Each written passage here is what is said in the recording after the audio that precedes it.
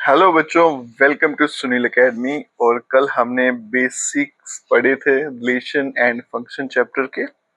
आज बेटा exercise solve करेंगे 1.1 क्वेश्चन नंबर 1।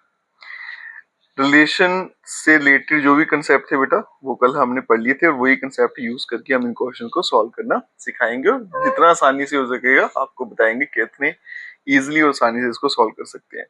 अगर आप वीडियो देखते हो लाइक जरूर करिएगा, चैनल को लाइक सब्सक्राइब शेयर कमेंट जरूर करें। स्टार्ट करते हैं आज का video. Exercise 1.1 question 1, determine whether each of the following relation are reflexive, symmetric and transitive. मुझे बताना है कि ये जो नीचे रिलेशन दे रखे हैं ये रिफ्लेक्सिव है, सिमेट्रिक है और ट्रांजिटिव।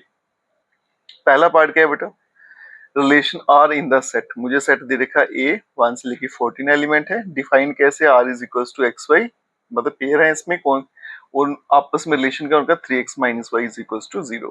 तो सबसे पहले देखेंगे बेटा कि आर में कौन कौन सी पेयर आते हैं, आर को बनाएंगे, फिर उसके बाद में आपको बताते हैं रिफ्लेक्सिव, सिमेट्रिक, ट्रांजिटिव है या फिर नहीं है। ठीक है, तो इसे नोट करते हैं फिर आपको सॉल्व करके दिखाते हैं। तो प्यारे बच्चों, यहाँ पे सेट ए मैंने लिख दिया है, आर लिख दिया। अब मैंने आपको कल भी बेटा बेसिक्स में बताया था, बच्चे यही गलती करते हैं। आपके पास हमेशा दो सेट होते हैं, अगर एक सेट दिए तो दूसरा सेट भी आपके पास ए ही है, सेम ही लेना आपने। ठीक है, ये क्लियर हो गया। आर मुझे दे रखा है। अब यहाँ देखो बेटा, इस सेट के जितने भी एलिमेंट्स हैं, ठीक है, इन सबको मैं क्या बोलूंगा, एक्स, और इन सबको मैं बोलूंगा वाई। और यहाँ पे मुझे रिलेशन दे रखा है, तो क्या दे रखा था बेटा, 3x minus y is equal to 0। या फिर यहां से अगर मैं y की वैल्यू निकालूं तो क्या आएगी, 3x। ठीक है, इसे हम बॉक्स में रख लेते हैं।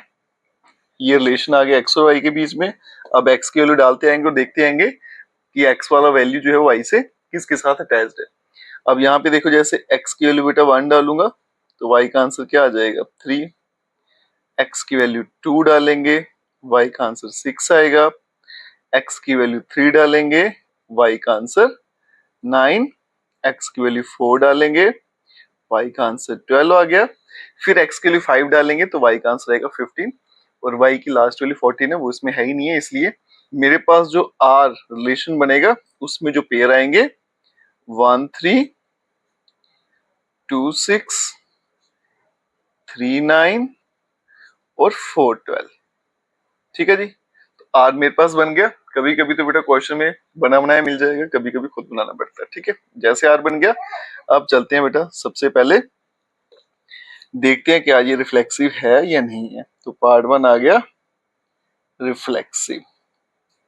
ठीक है, तो रिफ्लेक्सिव के लिए क्या करना है, अगर आपको याद हो मैंने कल भी बताया था, सेट पे जाएंगे, उन सेट के सभी जो नंबर है उनका पेयर जो है वो डबलेट यहाँ पे होना चाहिए, मतलब 1 1 होना चाहिए, 2 2 3 3 14 14 में होना चाहिए। यहाँ पे बेटा किसी भी नंबर का पेयर यहाँ पे नहीं है, तो इसका मतलब रिफ्लेक्सिव नहीं है। आप कैसे लिखेंगे बेटा, ए सेम सेम पेयर जो है does not belongs to R for all A belongs to A. Number कहां से उठाए, ए से, उनके पेयर मुझे आर में नहीं मिले, तो इसीलिए आर जो है इज नॉट रिफ्लेक्सिव। ये क्लियर हो गया।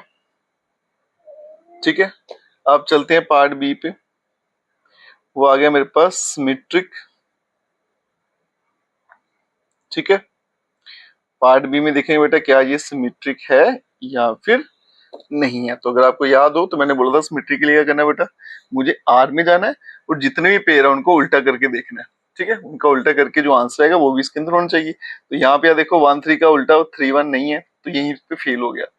2 6 का भी नहीं है, 3 9 का भी नहीं है, 4 12 का नहीं है, तो किसी का भी नहीं है। तो मैं जनरल फॉर्म में लिख सकता हूँ, let A B belongs to R which implies B A जो है does not belongs to R. कोई भी पेयर ले लो आर का, वो इसमें तो है, आर में है, कोई भी पेयर ले लिया मैंने आर से, लेकिन उसका जो उल्टा करके आंसर आता है वो आर में नहीं है। आप चाहो तो एग्जांपल लेके भी लिख सकते हो कि 1 3 belongs to R but 3 1 does not belongs to R. तो ये सिमेट्रिक नहीं है, यहाँ पे किसी के लिए वैलिड नहीं था, तो मैंने सीधा जनरल फॉर्म में लिख दिया। तो यहाँ लिखेंगे आर इज नॉट सिमेट्रिक। फिर थर्ड नंबर पे आता है बेटा ट्रांजिटिव। ये आ गया ट्रांजिटिव। ट्रांजिटिव के लिए याद होगा आपको बेटा, दो पेयर ढूंढने हैं मुझे, तो पहले ऐसे दो पेयर ढूंढेंगे। यहाँ देखो 1 3 और 3 9, तो क्या बनना चाहिए 1 9, वो इसके अंदर नहीं है, तो इसका मतलब ये ट्रांजिटिव नहीं है। ठीक है, तो यहाँ लिखेंगे बेटा एज ये 1 3 3 9 बिलोंग्स टू आर, बट ये आपका 1 9 does not belongs to R. तो हम लिख देंगे आर इज नॉट ट्रांजिटिव। ठीक है, तो आर जो है वो ट्रांजिटिव भी नहीं है। तो कुल मिला के ये जो मेरा रिलेशन दे रखा है, ना तो ये रिफ्लेक्सिव है ना सिमेट्रिक है, ट्रांजिटिव है। अब यहाँ पे देखो बेटा किसी का भी पेयर नहीं बन रहा, तो आप इसको जनरल फॉर्म में लिख सकते हो, एग्जाम्पल से लिख दोगे तो फर्क नहीं पड़ेगा। बराबर है। अब चलते हैं बेटा पार्ट 2 पे, और ये वाला पार्ट इंपॉर्टेंट भी है। उसमें सेट जो है वो नेचुरल नंबर पे बना हुआ है। ठीक है, और रिलेशन कैसे डिफाइंड है, y is equal to x plus 5, और यहाँ पे ये भी दिया बेटा कि x की वैल्यू आपको 4 से छोटी लेनी है। ठीक है, अब ये नेचुरल नंबर है तो x की वैल्यू 1 2 3 डालेंगे, y की पेयर बनाएंगे और फिर इसके बाद इसको सॉल्व करते हैं। देखिए बच्चों पार्ट 2 में मुझे जो सेट दिया बेटा नेचुरल नंबर है, मैंने लिख दिया यहाँ पे, तो आप चाहो तो एक और यहाँ पे लिख सकते हो। r जो है कैसे डिफाइंड है, y is equal to x plus 5 और x की वैल्यू क्या है लेस देन 4, तो मतलब x की वैल्यू क्या डालनी है आपको 1 2 एंड 3। तो x के लिए 1 2 3 डालेंगे और देखते हैं बेटा y की वैल्यूज क्या क्या आएंगी। तो 1 के लिए 6 आएगा, 2 के लिए 7 और 3 के लिए कितना आ जाएगा 8 आ जाएगा। ठीक है, और मेरा r बन जाएगा। तो यहाँ पे लिखते हैं, मेरे पास रिलेशन कैसे डिफाइंड था, y is equals to x plus 5। तो जब मैंने x की वैल्यू 1 डाली तो y का आंसर 6 हो गया, x की वैल्यू 2 डाली y बन जाएगा बेटा 7, x की वैल्यू 3 डालेंगे तो y का आंसर आ गया 8। ठीक है, ये मैं आपको डिटेल में बता रहा हूँ करके, मैं चाहता तो सीधा यहाँ पे r भी लिख सकता था। तो यहाँ पे बेटा जब हम r लिखेंगे तो पेयर आएगा 1 6 2 7 और 3, 8। ठीक है, ये मेरे पास r बनकर आ गया। अब मुझे बताना है क्या ये रिफ्लेक्सिव सिमेट्रिक ट्रांजिटिव है या फिर नहीं है। तो सबसे पहला आ गया रिफ्लेक्सिव। ठीक है जी, अब रिफ्लेक्सिव में क्या करना होता है, मुझे सेट पे जाना है। सेट मेरा नेचुरल नंबर और सभी के पेयर यहाँ पे होने चाहिए थे, लेकिन किसी का भी नहीं है, तो जनरल फॉर्म में लिख देंगे A does not belongs to R for all A belongs to A, तो आर इज नॉट रिफ्लेक्सिव। ठीक है, फिर चलते हैं बेटा दूसरे पे, सिमेट्रिक। सिमेट्री के लिए तो मुझे सिर्फ और सिर्फ आर ही देखना है। ठीक है, अब मैं आर पे जाऊंगा, 1 6 का उल्टा करेंगे, 6 1 नहीं है, 2 7 का उसका भी नहीं है, 3 8 का भी नहीं है। ठीक है, तो यहाँ पे देखो बेटा a B belongs to R, a b तो आर में है, विच इंप्लाइज बी ए जो है वो आर में नहीं है, किसी भी केस में नहीं है। तो मेरा आर जो है इज नॉट सिमेट्रिक, तो वो सिमेट्रिक में नहीं है। ठीक है, बराबर है। तीसरा चलेंगे बेटा ट्रांजिटिव, ये आ गया ट्रांजिटिव। उसमें मुझे दो पेयर ढूंढने हैं। अब यहाँ देखिए ये 1 6 है, कोई पेयर नहीं बन रहा, ना 2 7 का बन रहा है, 3 8 का बन रहा है। तो मैंने आपको कल ही बताया था बेटा, अगर पेयर बने ही नहीं है ना, तो हम उसको उल्टे वे में चलते हैं। अगर पेयर बना ही नहीं तो भी हम उसको क्या करते हैं, ट्रांजिटिव मान के चलते हैं। ठीक है, तो यहाँ देखो a b comma B c does not belongs to R, which implies A c does not belongs to R. मेरा आर जो है वो क्या हो जाएगा, ट्रांजिटिव। ठीक है, तो ये फंक्शन रिफ्लेक्सिव भी नहीं है, सिमेट्रिक भी नहीं है, लेकिन ट्रांजिटिव है। रीजन मैंने बता दिया बेटा, क्योंकि ये पेयर इसमें बने ही नहीं है, तो फिर एसी भी नहीं है, इसलिए ये ट्रांजिटिव। अगर बन जाते तो फिर डिसाइड हो जाते ट्रांजिटिव है या नहीं है। चलते हैं बेटा नेक्स्ट पार्ट पे। अब थोड़े क्वेश्चन आपके चेंज हो जाएंगे। पार्ट नंबर 3 देखिए, सेट ए मुझे दे रखा है और आर में कैसे पेयर्स आएंगे जिसमें y जो है वो x से डिवाइड हो जाएगा। ठीक है, इसे नोट करते हैं फिर देखते हैं। तो यहाँ देखो प्यारे बच्चों, सेट मुझे दे रखा था और दूसरा सेट भी फिर वही लेना होता है एज पर रूल।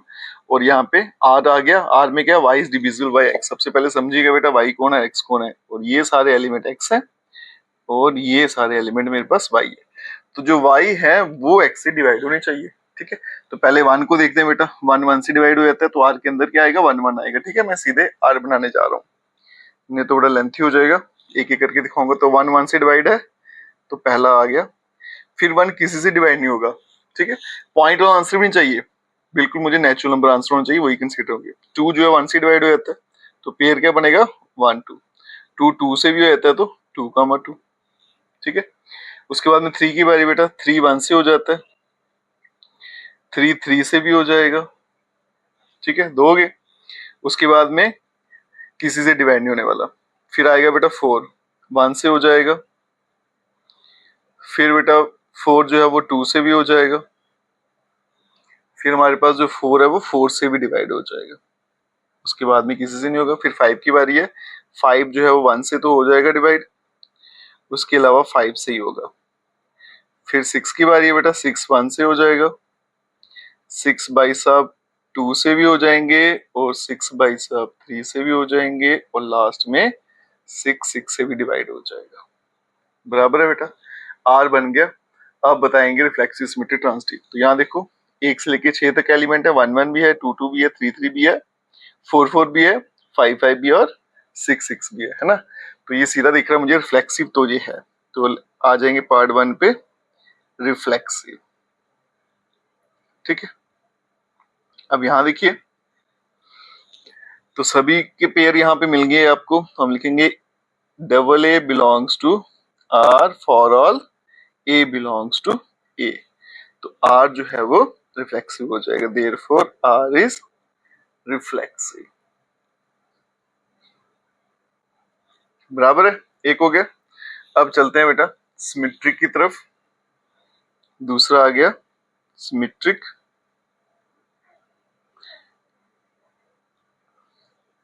सिमेट्रिक में क्या करते थे, आर में जाएंगे और सभी पेयर्स को उल्टा करेंगे। 1 1 का उल्टा ये होता है 1 2 का, 2 1 देखो यहाँ पे है कहीं पे, 1 2 का उल्टा 2 1, 2 1 मुझे यहाँ पे कहीं नहीं दिख रहा है ना, तो यहीं पे गलत हो गया। 2 2 का उल्टा यही होगा, 1 3 का 3 1 होगा, वो भी यहाँ पे नहीं है, ठीक है। तो कोई एक एग्जांपल लेके आप यहाँ पे बता सकते हो, है ना। तो यहाँ पे लिखेंगे बेटा 1 2 जो है बिलोंग्स टू आर, बट 2 1 ये आर के अंदर नहीं है, does not belongs to R. तो यहाँ पे लिख देंगे आर इज नॉट सिमेट्रिक, ठीक है। अब चलते हैं बेटा नेक्स्ट, जो आ गया ट्रांजिटिव। नेक्स्ट आ गया ट्रांजिटिव, ठीक है जी। अब ट्रांजिटिव में मुझे क्या करना है बेटा, पेयर ढूंढने हैं। तो यहां से शुरू करेंगे, 1 1 का देखते हैं, पहले इसके साथ बना तो 1 2 इसमें है, बराबर है। 1 3 ये भी है, 1 4 भी मिल गया, 1 5 भी आ जाएगा इसके साथ पेयर करूंगा तो, 1 6 भी मिल गया, 1 के सारे कंप्लीट है। फिर आगे बेटा 1 2 की बारी, ये इसके साथ कैंसिल होगा तो 1 2 आएगा, बराबर है। और ये बन जाएगा 1 4, है ना, 1 2 है, 2 4 है। अब मुझे चेक करना है कि 1 4 इसमें है या नहीं है, बराबर हो गया। फिर 1 2 का नेक्स्ट पेयर किसके साथ बनेगा, यहाँ पे, ठीक है। तो बन गया 1 6, क्या 1 6 इसमें है, वो भी है। फिर 1 2 के पूरे बन गए। अब 2 2 की बारी, ये आगे चलते हैं, ये बन गया 2 4, ये इसमें है।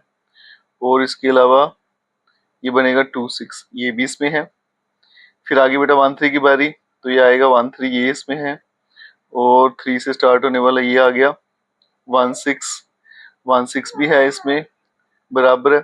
फिर 3 3 की बारी आ गई, तो 3 की अगर हम चेक करेंगे तो ये बनेगा 3 6, ये भी है। फिर 1 4 की बारी आ गई तो ये 1 4 आएगा, एक ही बन रहा था वो भी है। 2 4 की बारी आ गई तो 2 4 है, वो भी है। और कोई नहीं बनेगा। फिर 1 5 की आएगी तो बेटा 1 5 ही बन रहा है, वो भी यहाँ पे है। फिर उसके बाद में 5 5 है, इसका तो पेयर नहीं बन रहा, 1 6 का बन रहा है। और यहाँ पे 1 6 इसका भी है, 2 6 का आ गया तो वो आएगा 2 6 इसका। तो कुल मिला के सभी के आपको यहाँ पे पेयर है वहां पे मिल, तो सभी के पेयर हमें यहाँ पे मिल रहे हैं। तो हम लिख सकते हैं बेटा कि ए बी जनरल फॉर्म में, comma B C belongs to R which implies A C जो है वो भी आर में है, तो देयरफॉर आर इज ट्रांजिटिव। ठीक है, तो इस केस में आर जो है वो रिफ्लेक्सिव है, सिमेट्रिक नहीं है, लेकिन ट्रांजिटिव भी है। ठीक है, तो आज की वीडियो में हमने क्वेश्चन नंबर 1 के 3 पार्ट यहाँ पे कंप्लीट कर दिए। अब चलते हैं इसके पार्ट नंबर 4। तो चलते हैं बच्चों पार्ट 4 पे। पार्ट 4 कहता है रिलेशन आर जो है कौन से सेट पे है, set of all integer. Defined कैसे है, कौन से पेयर आएंगे जिसमें x माइनस वाई का आंसर क्या आएगा, इंटीजर आएगा। ठीक है, अब देखिए इसको कैसे सॉल्व करना है, ये मैंने यहाँ पे नोट डाउन कर दिया बेटा। तो 2 सेट लेने होते हैं, पहला भी z है तो दूसरा भी z ही लेना है। ये कुछ इंटीजर्स मैंने यहाँ पे लिख दिए हैं। ठीक है, नेगेटिव नंबर पॉजिटिव नंबर दोनों में आएंगे।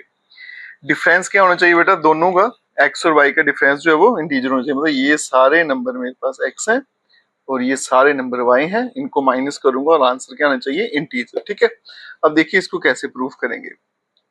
सबसे पहला आ गया हमारा रिफ्लेक्सिव। अब यहाँ देखो बेटा रिफ्लेक्सिव में क्या करेंगे, इन क्वेश्चंस को करने का तरीका थोड़ा सा अलग रहता है। ठीक है, जिसमें जनरल स्टेटमेंट दी होती है, नंबर नहीं दिए होते। अब यहाँ पे x माइनस, क्योंकि यहाँ पे बड़े सारे नंबर है ना मेरे, तो मैं सभी को चेक नहीं कर सकता माइनस कर करके, तो फिर तरीका क्या रहेगा, ऐसे करेंगे बेटा x माइनस एक्स। आपने क्या करना है, जब भी रिफ्लेक्सिव प्रूफ करना है तो इन दोनों को सेम कर देना है, दोनों जगह x कर देना है। तो x माइनस एक्स कितना होता है, 0। ये क्या होता है, इंटीजर ही होता है, इज एन इंटीजर। ठीक है जी, मतलब जब मैं दोनों नंबर सेम करूंगा तो आंसर क्या आ जाएगा मेरे पास, इंटीजर आ जाएगा। यहाँ पे x माइनस एक्स किया तो आंसर क्या आ गया, 0। तो 0 क्या होता है, इंटीजर होता है। तो इसका मतलब देयरफॉर ये जो पेयर है x कॉमा x, ये आपका कहाँ बिलोंग करेगा, आर में कर जाएगा। यही थी ना डेफिनेशन, जिनको माइनस करके आंसर क्या आएगा, इंटीजर, वो आर में बिलोंग करेंगे। इसका मतलब x माइनस एक्स का आंसर 0 है, तो ये जो पेयर बनेगा ये आर में चला गया।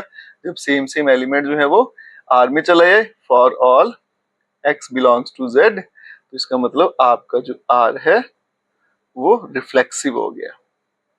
ठीक है जी, और नंबर कहां से लिए थे, z से लिए थे, बराबर हो गया, रिफ्लेक्सिव हो गया बेटा। अब देखो दूसरा सिमेट्रिक कैसे करना है, ये आएगा सिमेट्रिक। अब सिमेट्रिक के लिए क्या करना है मुझे, यही स्टेटमेंट जो है उसको लिखेंगे, ऐसे कह देंगे लेट, एक पेयर ले लेंगे x comma y belongs to r। ठीक है, ये पेयर r में है, अगर बेटा ये पेयर r में है तो उसके ऊपर r की डेफिनेशन लगेगी। इसका मतलब which implies x minus y, answer क्या आएगा, इज एन इंटीजर। ठीक है, विच इंप्लाइज, अगर मैं यहां से कॉमन ले लू माइनस, ठीक है, तो माइनस कॉमन ले लू तो क्या बनेगा, y माइनस एक्स। ठीक है, तो ये भी क्या आएगा,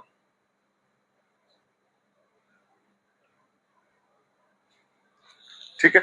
अगर x माइनस वाई इंटीजर है तो मैंने क्या किया, माइनस यहां से कॉमन ले लिया तो क्या बच गया, y माइनस एक्स, तो ये भी क्या आएगा बेटा, एक इंटीजर आएगा।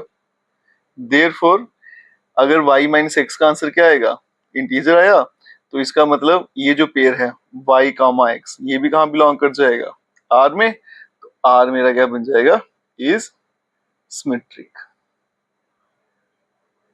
ठीक है, ये माइनस रहने दो, ऐसे लिख दो सीधा। अगर x माइनस वाई इंटीजर है तो अगर मैं y माइनस एक्स करूंगा तो उसका आंसर भी क्या आएगा, इंटीजर आएगा, क्योंकि x में इंटीजर है y भी इंटीजर है। तो इसलिए ये पेयर जो है y कॉमा x r में चलाएगा, r मेरा सिमेट्रिक हो जाएगा। अब तीसरा चलते हैं बेटा ट्रांजिटिव पे, ट्रांजिटिव। ठीक है जी, ट्रांजिटिव में क्या करेंगे बेटा, दो पेयर लेट करेंगे, लेट x कॉमा y और y comma z belongs to r। ये दोनों r में है तो दोनों पे r की डेफिनेशन लगेगी। इसका मतलब x माइनस वाई ये इंटीजर है एंड y माइनस z ये भी इंटीजर है, क्योंकि दोनों आर में, दोनों पे आर की डेफिनेशन लगी। अगर मैं दोनों को ऐड कर देता हूँ x minus y plus y minus z, ये भी इंटीजर ये भी इंटीजर, ऐड करूंगा तो भी आंसर क्या रहेगा, इज एन इंटीजर। ठीक है, अब यहां से y कटेगा तो क्या बच गया, x माइनस z, ये भी क्या है, इंटीजर है। ठीक है, तो अगर एक्स माइनस जेड इंटीजर है तो देयरफॉर ये जो पेयर बना ये चला गया बेटा किसमें, आर में। आर क्या बन गया हमारा, ट्रांजिटिव बन गया, बराबर है, ठीक है। तो ये जो फंक्शन है, सॉरी रिलेशन है, ये रिफ्लेक्सिव भी है, सिमेट्रिक भी है और ट्रांजिटिव भी है। तो इसको हम बोलते हैं इक्विवेलेंस रिलेशन भी बोलते हैं। तो पार्ट नंबर 5, रिलेशन आर जो है वो सेट पे बना है, जिस सेट पे वो क्या है, ह्यूमन बींग्स का सेट है किसी टाउन में एट ए पर्टिकुलर टाइम। और पहला रिलेशन क्या है बेटा, x and Y work at the same place. अगर एक्स और वाई एक ही जगह काम करते हैं तो मुझे बताना है रिलेशन आपका रिफ्लेक्सिव सिमेट्रिक ट्रांजिटिव क्या है, ठीक है। इसे नोट करते हैं फिर आपको सॉल्व करके दिखाते हैं। तो चलिए बच्चों अब इसे सॉल्व करते हैं। तो मैंने यहाँ पे रिलेशन लिख दिया। सबसे पहले मुझे क्या बताना था, यहाँ पे इसको नंबरिंग फर्स्ट दे लेता हूँ, पार्ट ए हमने यूज कर लिया है। ये बताना है मुझे रिफ्लेक्सिव।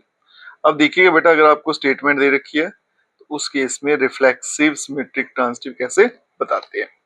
तो आपको क्या करना है बच्चों, जो भी आपको स्टेटमेंट दे रखी है ना, उसमें दोनों जगह आपने सेम अल्फाबेट कर देने, मतलब यहाँ भी एक्स है और यहाँ भी आपने एक्स कर देना, पूरी की पूरी स्टेटमेंट लिख देनी है। सिंपल सा काम है।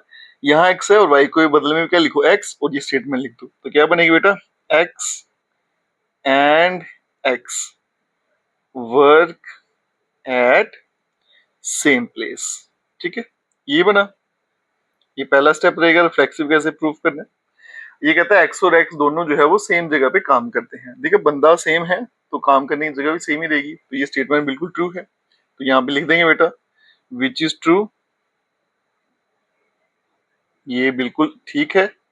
अगर ये ट्रू है तो ये जो पेयर बनेगा मेरे पास, ठीक है, ये लिखा ना, जो लोग एक जगह पे काम करते हैं उनका पेयर जो है आर में जाएगा। तो इसका मतलब एक्स कॉमा एक्स कहाँ चला जाएगा, आर में। तो देयरफॉर आर जो है वो हमारे पास रिफ्लेक्सिव हो जाएगा, आर इज रिफ्लेक्सिव। एक काम खत्म। चलते हैं बेटा दूसरे काम पे। दूसरा हम बताएंगे सिमेट्रिक। यहाँ पे बताएंगे सिमेट्रिक। अब इसमें सिमेट्रिक कैसे करना है वो भी देखिएगा। सिमेट्री के लिए क्या करेंगे, सबसे पहले एक पेयर लेट करते हैं, let x comma y belongs to R. मैंने लिख दिया ये पेयर आर में है बेटा। अगर ये आर में है तो इस कंडीशन को सेटिस्फाई करता होगा। इसका मतलब, इसका सीधा सीधा क्या मतलब है, एक्स एंड वाई जो है वर्क एट सेम प्लेस, ठीक है। विच इंप्लाइज एक्स और वाई जो है सेम प्लेस पे काम करते हैं। तो अगर मैं ऐसे लिख लूं इसको, y and x same place पे काम करते हैं तो फर्क तो ना पड़ेगा, है ना। Which implies y and x work at same place, work at same place, ठीक है जी। एक्स और वाई एक जगह पे काम करते हैं या फिर वाई और एक्स एक जगह पे काम करते हैं, बात तो सही है। अगर वाई और एक्स एक ही जगह पे काम करते हैं तो फिर इनका जो पेयर है वो किसमें होना चाहिए, आर में। यही थी कंडीशन। तो इसका मतलब देयरफॉर वाई कॉमा एक्स जो है वो किसमें चला जाएगा, आर में। तो हमारे पास आर जो है वो बन जाएगा सिमेट्रिक। सेम पैटर्न रहेगा बेटा सभी क्वेश्चंस में, याद रखिएगा, ठीक है। अब नेक्स्ट चलते हैं ट्रांजिटिव पे। तो अब यहाँ देखो बच्चों, ट्रांजिटिव में क्या करेंगे, तो सबसे पहले दो पेयर लेट करेंगे, एक्स कॉमा वाई और y comma z belongs to R. इसी तरह के दो पेयर लेने होते हैं। अब ये दोनों अगर आर में है तो आर की कंडीशन को सेटिस्फाई करेंगे। आर की कंडीशन क्या थी, अगर मैं आपको आर की कंडीशन बताऊं, उसमें लिखा था कि X and Y work at same place. तो देयरफॉर ये हमारे पास X and Y work at same place, ठीक है। तो इसका मतलब एक्स और वाई सेम प्लेस पे काम करते हैं एंड y एंड z, ठीक है, और y z भी वर्क एट सेम प्लेस, ठीक है। यहीं पे लिख देते हैं वर्क एट सेम प्लेस, ठीक है जी। अब देखो x और y एक ही जगह काम करते हैं, y z भी एक ही जगह काम करते हैं। तो विच इंप्लाइज, इसका मतलब मैं लिख सकता हूँ कि x और z जो है वो भी एक ही जगह पे काम करते हैं, वर्क एट सेम प्लेस, ठीक है। और अगर ये एक ही जगह पे काम करते हैं तो इसका मतलब ये जो पेयर बनेगा एक्स कॉमा जेड, ये कहाँ चला जाएगा बेटा, आर में। तो देयरफॉर आर जो है वो ट्रांजिटिव हो गया। ठीक है जी, याद रखिएगा बेटा, स्टेटमेंट वाले जितने क्वेश्चन आएंगे सेम पैटर्न से सॉल्व करेंगे। अब चलते हैं नेक्स्ट पार्ट पे, पार्ट बी। एक्स वाई कैसे डिफाइंड है? X and y live in the same locality. जहाँ पे सेम प्लेस था, अब यहाँ पे क्या है? सेम लोकेलिटी है। सेम तरीका रहेगा बेटा सॉल्व करने का। ठीक है, इसे नोट करते हैं, फिर सॉल्व करके दिखाते हैं। तो चलिए बच्चों, अब इसको सॉल्व करते हैं। तो सबसे पहले चलेंगे हम रिफ्लेक्सिव पे। तो ये आ गया पार्ट 1, ये आ गया बेटा रिफ्लेक्सिव। ठीक है, अब यहाँ देखिए बेटा रिफ्लेक्सिव में क्या करेंगे। मैंने पहले बताया था बेटा, जब भी स्टेटमेंट आती है तो दोनों जगह आपको सेम अल्फाबेट कर देना, पूरी स्टेटमेंट लिख देनी, मतलब दोनों जगह एक्स करके पूरी स्टेटमेंट लिख दो। तो ये बनेगा x and x live in same locality. अगर बंदे सेम है ना तो लोकेलिटी भी सेम ही होगी। सेम बंदे की बात करो मैं कि एक्स जो है इस लोकेलिटी में रहता है, फिर से बोल रहा हूँ एक्स सेम लोकेलिटी में रहता है ना, तो विच इज ट्रू। ये बात बिल्कुल ट्रू सही है। तो इसका मतलब ये जो पेयर बना x कॉमा एक्स, ये कहाँ चला गया? R में। देयरफॉर R जो है वो हमारे पास आ गया रिफ्लेक्सिव। ठीक है जी, बराबर हो गया। अब चलते हैं पार्ट नंबर 2 पे, जिसका नाम है सिमेट्रिक। ठीक है, अब सिमेट्रिक में देखिएगा, फिर से बेटा सेम लेट दो पेयर मान के चलेंगे। एक आ गया आपका x, सॉरी इसमें एक ही पेयर होता है, ट्रांसटिव में होते हैं। Let x y belongs to R. तो इस पे फिर डेफिनेशन लगाएंगे आर की, which implies x and y lives in same locality. ठीक है, विच इंप्लाइज x और y सेम लोकेलिटी में रहते हैं, या फिर y और x सेम लोकेलिटी में रहते हैं, कोई फर्क तो ना पड़ेगा। Which implies y and x lives in same locality. तो देयरफॉर ये जो पेयर है y कॉमा एक्स कहाँ चला जाएगा? R में। देयरफॉर R जो है वो हमारे पास सिमेट्रिक बन जाएगा। बराबर है। तीसरे पे चलते हैं बेटा। तीसरा है हमारे पास ट्रांजिटिव। ये आ गया ट्रांजिटिव। ठीक है, इसमें हमें दो पेयर लेने हैं। लेट एक एक्स वाई हो गया और दूसरा क्या लेंगे? Y z belongs to R. ठीक है, अब एक्स वाई और वाई जेड दोनों किस में है? आर में है। दोनों पे डेफिनेशन लगाएंगे। Therefore x and y live in same locality and y and z, और इसके अलावा y और z जो है लिव इन सेम लोकेलिटी। ठीक है, तो इसको मैंने एक ही लाइन में लिख दिया। अब यहां से देखो बेटा, x और y एक ही लोकेलिटी में रहते हैं, y और z भी एक ही लोकेलिटी में रहते हैं, तो मैं लिख सकता हूँ विच इंप्लाइज x और z जो है इनकी लोकेलिटी भी सेम है। z lives in same locality. अगर ये सेम लोकेलिटी में रहते हैं तो फिर ये जो पेयर बनेगा ये चला जाएगा बच्चे R में। Therefore R is transitive. ठीक है, बराबर है बेटा। आप देखोगे एक ही पैटर्न से मैं सारा काम कर रहा हूँ, कुछ मुश्किल नहीं है, बस याद रखिएगा मुझे कहाँ पे क्या करना है। चलते हैं बेटा सी पार्ट पे। एक्स वाई कैसे डिफाइंड है? X is exactly 7 centimetre taller than y. X जो है वो ठीक 7 सेंटीमीटर वाई से बड़ा है। अब इसको देखते हैं बेटा ये कौन सा रिलेशन बनता है। चलिए बच्चों, अब देखते हैं इसको कैसे प्रूव करते हैं। एक्स जो है वो 7 सेंटीमीटर बड़ा है एग्जैक्टली वाई से। तो रिफ्लेक्सिव के लिए बेटा सेम काम रहेगा। कैसे लिखेंगे? एक्स इज एग्जैक्टली, पूरी स्टेटमेंट लिखते हो, बस वाई के बदले में एक्स लिख दो। 7 सेंटीमीटर टॉलर देन एक्स। तो ये स्टेटमेंट क्या बन गई कि एक्स जो है वो एक्स से 7 सेंटीमीटर बड़ा है। ये तो पॉसिबल नहीं है, कोई खुद से कैसे बड़ा हो सकता है ना। तो ये लिख देंगे बेटा which is false. Which is false, ये स्टेटमेंट रॉन्ग है बेटा। ठीक है, ये तो सेटिस्फाई नहीं कर रहा, अगर सेटिस्फाई नहीं करेगा तो फिर जो पेयर बना हमारे पास x comma x does not belongs to r, therefore r is not reflexive. ठीक है जी, बराबर है। अब चलते हैं बेटा नेक्स्ट पार्ट नंबर 2 पे, जिसका नाम है सिमेट्रिक। तरीका बेटा बिल्कुल वैसा ही रहेगा, बस थोड़ा सा आपको ट्रांसलेट कर लेना हिंदी में, एक बार सोच लेना है क्या ये सही है या गलत है। सही है तो उसमें फॉल करेगा आर में, गलत है तो नहीं करेगा। ठीक है, तरीका वैसे ही रहेगा। तो यहाँ पे क्या करेंगे बेटा, लेट कर लेंगे कि एक पेयर यहाँ पे x comma y belongs to R. अगर ये आर में है तो इसका क्या मतलब है, x जो है is exactly 7 centimetre taller than y, कि x जो है बेटा वो 7 सेंटीमीटर y से बड़ा है। अब मुझे देखना है, अगर मैं इसको उल्टा रुके ठीक होगा, तो मैं इसको ऐसे लिख सकता हूँ कि y is exactly 7 centimetre taller then x। बिल्कुल नहीं बेटा, x उससे 7 बड़ा है, y उससे 7 छोटा है, ये इसकी सही स्टेटमेंट है। अगर मैं इसको उल्टा करके लिखूंगा तो स्टेटमेंट गलत हो जाती है, इसलिए ये सिमेट्रिक भी नहीं है। तो अब यहाँ देखिए बेटा कैसे लिखेंगे, x is 7 centimetre taller than y, then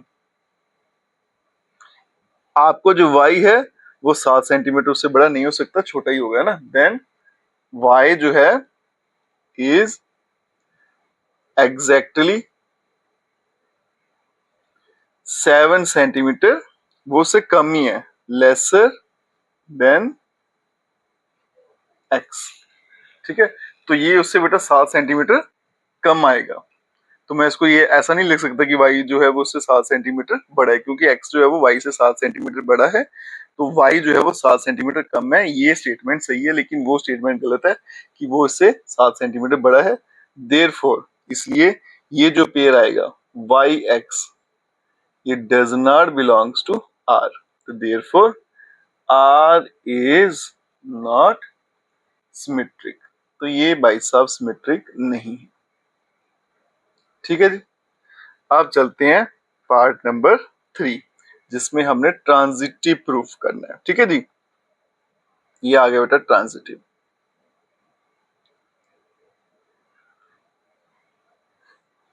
तो सबसे पहले दो पेयर ले लेंगे, लेट x कॉमा y और y comma z belongs to r। ठीक है, और इन दोनों पे डेफिनेशन लगाते हैं। इसका क्या मतलब बेटा, x जो है exactly 7 centimetre taller than y and y is exactly 7 centimetre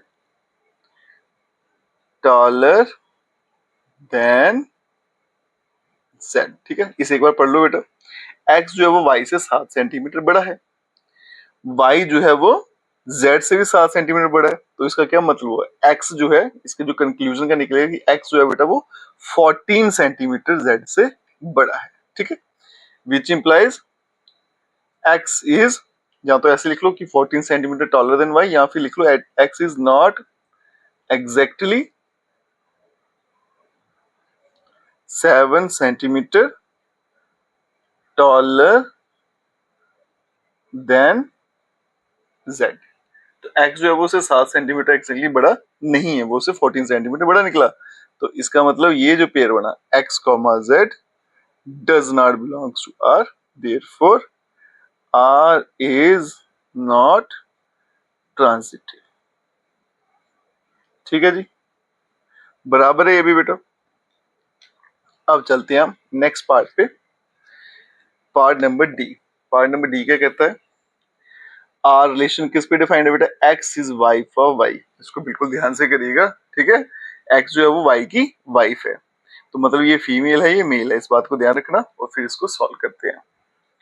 तो चलिए बच्चों, अब इसे सॉल्व करते हैं। तो सबसे पहले पार्ट 1 आ गया हमारे पास, जिसमें हम बताएंगे रिफ्लेक्सिव। तरीका सेम रहेगा बेटा, थोड़ी सी कॉमन सेंस का इस्तेमाल करना है बस। ठीक है, तो मैंने बताया था बेटा रिफ्लेक्सिव के लिए दोनों जगह सेम कर देना, तो ये क्या बनेगा, x is wife of x। ठीक है, ये तो हो ही नहीं सकता, x x की वाइफ तो हो ही नहीं सकती, विच इज फॉल्स। तो इसका मतलब ये जो पेयर है x कॉमा x ये R में नहीं जाएगा, तो ये R जो है इज नॉट रिफ्लेक्सिव। ठीक है जी, बराबर है। अब चलते हैं बेटा दूसरे पार्ट पे, जिसका नाम है सिमेट्रिक। ठीक है, तो कैसे करेंगे बेटा, तरीका वही रहेगा, एक पेयर हम लेट करेंगे, यहां पे लिखेंगे let x comma y belongs to R, फिर इस पे डेफिनेशन लगेगी, देयरफॉर x जो है वो वाइफ है y की। ठीक है, अगर x जो है y की वाइफ है तो क्या y जो है x की वाइफ हो सकती है, नहीं हो सकती है ना, है ना, तो ये यहीं भी गलत हो गया, इसलिए ये हमारा सिमेट्री भी नहीं है। Then y is not wife of x।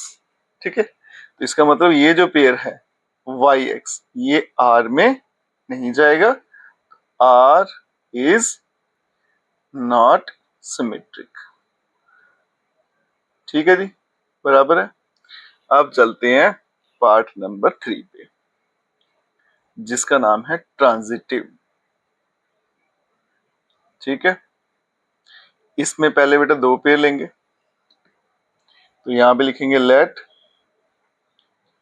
x comma y और y comma z belongs to R। ठीक है, तो एक्स वाई आर में है, तो इसका मतलब x is wife of y। Clear है। अब वाई जेड आर में है, तो इसका मतलब क्या है बेटा, y जो है वो z की वाइफ है, वो तो पॉसिबल हो नहीं सकता क्योंकि x जो है वो y की वाइफ है, तो ये फीमेल है मेल है, तो वो उसकी वाइफ नहीं हो सकता है ना, तो इसको मैं यहीं पे गलत कर दूंगा, x is wife of y, then y is not wife of z। ठीक है, तो अगर x y की वाइफ है तो y z की वाइफ नहीं हो सकता, तो इसका मतलब x जो है there which implies x is not wife of z, तो x जो है वो z की वाइफ नहीं हो सकती, तो इसका मतलब ये जो पेयर है x comma z does not belongs to R। अब ये R में नहीं है, तो देयरफॉर हमारा जो R है इज नॉट ट्रांजिटिव। ठीक है, बराबर है। अब चलते हैं बेटा लास्ट पार्ट पे, तो लास्ट पार्ट देखिए बच्चों, उसमें क्या लिखा है, रिलेशन x जो है वो फादर है y का। अब इसे बेटा सॉल्व करते हैं, तो चलिए बच्चों अब इसे सॉल्व करते हैं। तो सबसे पहले आ गया हमारे पास रिफ्लेक्सिव। ठीक है जी, तो क्या करेंगे बेटा, वही पुराना तरीका, दोनों स्टेटमेंट सेम कर देंगे, यहाँ पे एक्स एक्स लिख देंगे दोनों अल्फाबेट, तो x is father of x.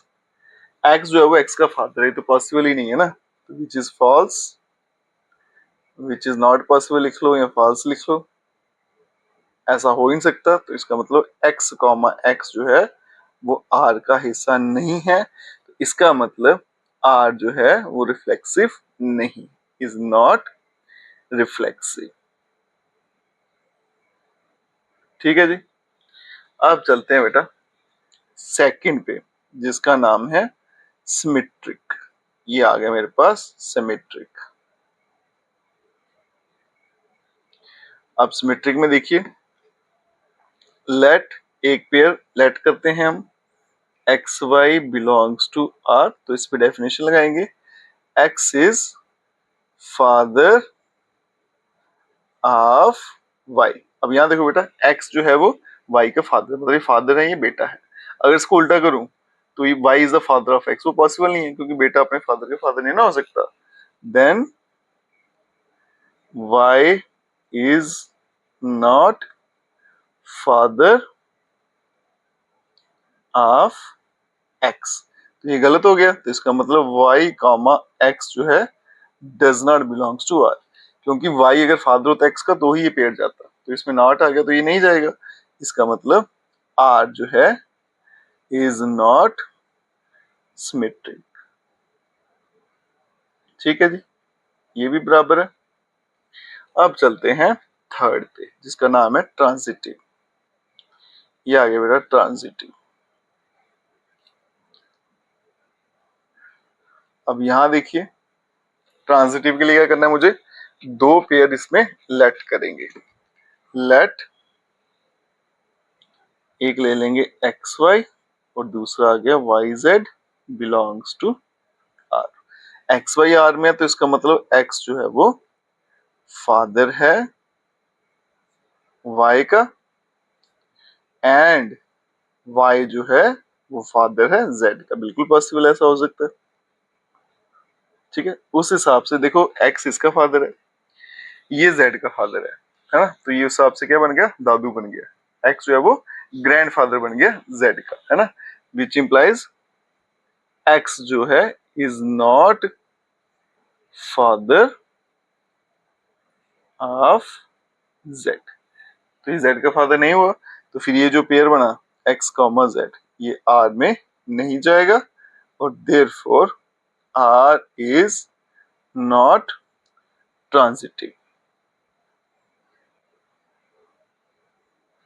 ठीक है, तो इसलिए ये जो हमारा रिलेशन था ना ये रिफ्लेक्सिव है, सिमेट्रिक है, ना ही ट्रांजिटिव है। तो आज की वीडियो में बेटा हमने क्या किया था, एक क्वेश्चन नंबर फर्स्ट का जो फिफ्थ पार्ट था उसके आगे 5 सब पार्ट से सारे के सारे सॉल्व कर दिए। ठीक है, नेक्स्ट वीडियो में नेक्स्ट क्वेश्चन करेंगे। अगर आप वीडियो देखते हो तो लाइक जरूर करिएगा, चैनल को लाइक सब्सक्राइब शेयर कमेंट जरूर करें। Best of luck.